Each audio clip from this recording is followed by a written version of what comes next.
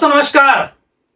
दोस्तों आज सुबह जब शुरू हुए तो फिर प्रत्यारोप भी होने लगे और पूरा घटनाक्रम आप सभी देख चुके हैं, मीडिया में हमने भी खबरें लगाई है।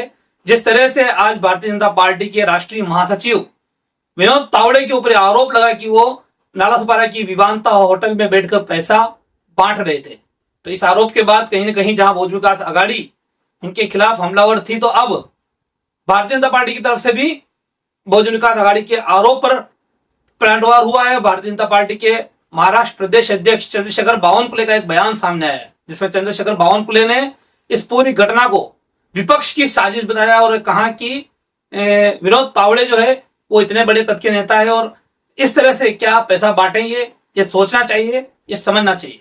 तो उन्होंने कहीं ना कहीं इसका पूरा पलटवार करते हुए ये पूरा का पूरा मामला विपक्ष की साजिश बताया है। तो देखिए वीडियो में आगे क्या कुछ कहना है चंद्रशेखर बावनकुले का। फिलहाल इतना ही।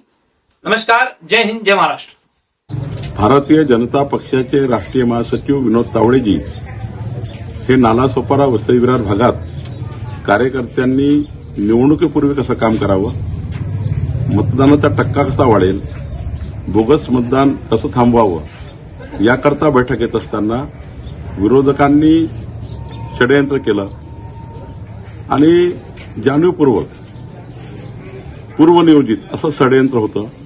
विनोद तावडेवर आरोप करण्यात आले की विनोद तावडे हे कोट्यावधी रुपये घेऊन आले आहेत आणि कोट्यावधी रुपये वसई विरार भागात वाटणार आहेत, नालासोपारामध्ये वाटणार आहेत आणि विरोधकांनी एक फिल्म तयार केली, विरोधकांनी मीडिया मॅनेजमेंट केलं आणि विनोद तावडेजींना षडयंत्रपूर्वक गोवण्यात आलं। खरं तर विनोद तावडे राष्ट्रीय महासचिव आहे। राष्ट्रीय महासचिव पदावर असलेला व्यक्ती असे पैसे वाटप फिरतील का याचाही विचार केला पाहिजे। खरं तर विरोधकाच्या पायाखालची जमीन घसरलेली आहे। विरोधक आता निवडणूक हरतात आहे आणि म्हणून भारतीय जनता पार्टींना आणि विनोद तावडेजींना बदनाम करण्याचा प्रयत्न आहे। तपास यंत्रणेने याबाबतची दखल घेतलेली आहे।